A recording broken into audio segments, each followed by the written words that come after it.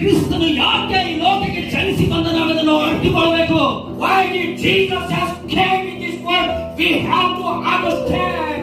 ಯೇಸು ಕ್ರಿಸ್ತ ಅನಾರಿಗೆ ಭೂತನಿ ವಾದಕ್ಕೆ ಮಾನ ಕುಂಬಲ ಉಡಮನೆ ಮೊದಲನೇದಾಗಿ ಮನುಷ್ಯನಿಗೆ ಪಾಪಗಳಿಂದ ಬಿಡುಗಡೆ ಕೊಡುವುದಕ್ಕೆ ಈ ಲೋಕಕ್ಕೆ ಜನಿಸಿ ಬಂದಿದ್ದಾನೆ. First of all, Jesus has came into this world to deliver you from all the filthy and unrighteous person. Yesu Krista ಭೂತನಿ ವಾದಲಿ kabaddi ಆತೆ ಯೇಸು ಕ್ರಿಸ್ತ ಮಾಗಿ ಗುಲೆ ರೋಡೆ ಜೀವಸೇರೋ. ಯಾಕಂದ್ರೆ ನಾವು ನೀವು ಪಾಪ ಮಾಡಿ ದೇವರಿಂದ ನಾವು ಜನಿಸಲ್ಪಟ್ಟಿದ್ದೇವೆ. Because we and you, we have sinned and went far away from the presence of the living God. ಅನಾರಿಗೆ ಸಿಕ್ಕ ಆತು ರೋಯ್ ಜನದ ಪೇರು ಬಾತಡೆ ದುರುಗಿ ಸದವಸರು. ಯಾಕಂದ್ರೆ ದೇವರು ವಾಕ್ಯ ಹೇಳುತ್ತದೆ, ಒಬ್ಬನು ನೀತಿವಂತನಿಲ್ಲ, ಯಾರು ನೀತಿವಂತನಿಲ್ಲ ಎಂಬುದಾಗಿ. Because the word of God said, no one is righteous, not even one. ಅನಾರಿಗೆ ಸಿಕ್ಕ ಪೇರು ಬಾಕಿಯಾದ